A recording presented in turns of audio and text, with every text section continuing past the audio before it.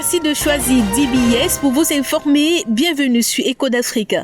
Au Burkina Faso, 2512 établissements scolaires ont dû fermer dans le nord à cause de la multiplication des attaques djihadistes privant 350 000 élèves d'accès à l'éducation.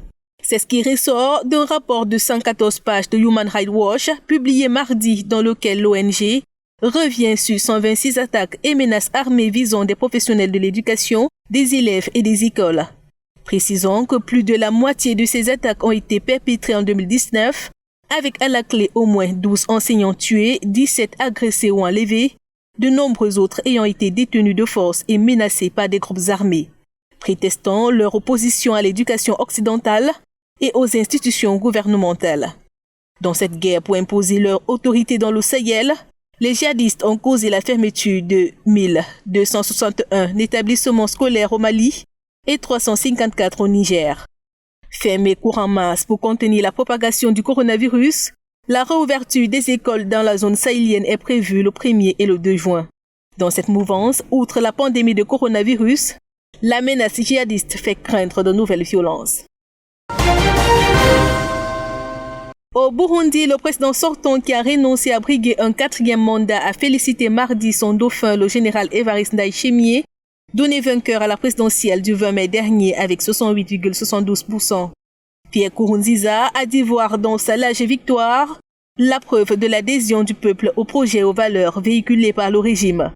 Outre le président sortant, la communauté des États de l'Afrique de l'Est a félicité Évariste Ndayishimiye pour son élection dès le premier tour de ce scrutin.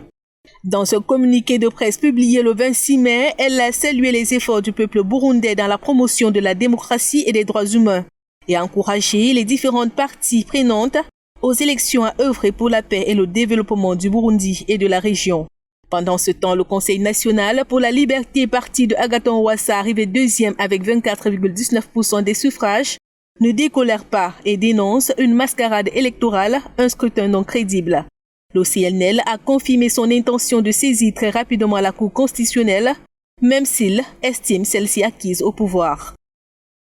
Si le recours de l'opposition est rejeté, le général Ndayishimiye, 52 ans, doit être investi en août à la fin du mandat du président sortant Nkurunziza pour un mandat de 7 ans renouvelable une fois.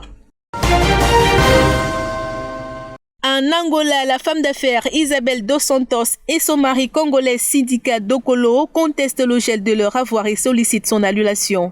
Début mai, la fille de l'ex-président angolais a affirmé que cette décision était fondée sur la foi d'un faux passeport à son nom. Mardi, son avocat a annoncé qu'il avait saisi le Conseil supérieur angolais dénonçant une procédure illégale et inconstitutionnelle de la magistrature et accusant le procureur général d'avoir délibérément trompé la justice. Présentée comme la femme la plus riche d'Afrique, la milliardaire Isabelle Dos Santos et son époux sont accusés par la justice et le consortium international des journalistes d'investigation d'avoir pillé les caisses de l'Angola pour nourrir leurs affaires privées. Selon le parquet général angolais chargé du dossier, ces malversations ont été évaluées par le gouvernement de Luanda à 5 milliards de dollars. Dans le cadre de leur enquête, les justices angolaises et portugaises ont ordonné récemment le gel de ses comptes bancaires et la saisie de certains de ses avoirs dans les deux pays. La femme d'affaires de 47 ans qui dirige un empire constitué de nombreuses sociétés dont les secteurs de la téléphonie refutent ces accusations en bloc et pointe une chasse aux sorcières politiques contre elle.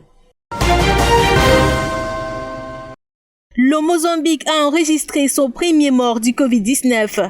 Sans donner d'amples détails, les autorités sanitaires ont indiqué qu'il s'agit d'un jeune garçon âgé de 13 ans vivant dans le nord du pays. Pour endiguer la pandémie, le gouvernement mise désormais sur le dépistage massif avec au premier rang de cette campagne les 5000 membres du personnel soignant travaillant dans la province de Cabo Delgado, considérée comme épicentre du coronavirus.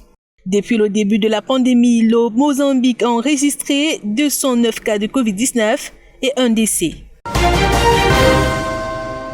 Au Soudan du Sud, le président Salva Kiir a démenti les rumeurs qui circulaient depuis plusieurs jours sur les réseaux sociaux, le disant atteint du Covid-19. Le chef de l'État sud-soudanais a rassuré ses concitoyens sur son état de santé, tout en les appelant à tourner le dos à la propagande et à la politique futile. Le Soudan a déjà recensé 660 malades de Covid-19. 10 ministres sont désormais touchés, parmi lesquels le premier vice-président Riek Machar, et son épouse, la ministre de la Défense, Angelina Teny. En Ouganda, deuxième jour ce mercredi de l'allègement des restrictions dans 95 des 135 districts du pays. Les voitures privées ont repris la route, les commerces et restaurants ont été également autorisés à rouvrir. Toute la population devra désormais porter un masque dans l'espace public. En revanche, les boîtes de nuit et les salles de sport restent pour l'instant fermées. Le transport public reprendra du service à partir du 4 juin.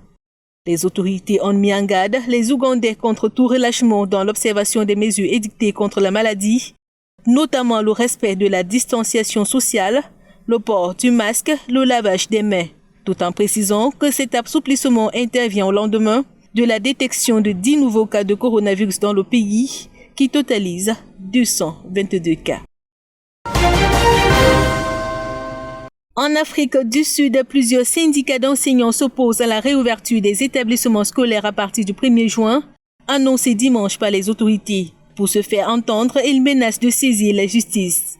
Notant que la date de juin est proche pour renvoyer les élèves à l'école, les seigneurs de l'accès sud-africain estiment que 7 des 9 provinces du pays ne sont pas prêtes pour reprendre les cours. D'autant plus que le pays n'a toujours pas atteint le pic de l'épidémie selon les médecins et scientifiques du pays. Les autorités ont promis de fournir du matériel de protection pour les enseignants, notamment des masques et du gel hydroalcoolique. Mais l'Union des éducateurs d'Afrique du Sud dit ne pas faire confiance au gouvernement. C'était l'essentiel des échos de l'Afrique. À très bientôt.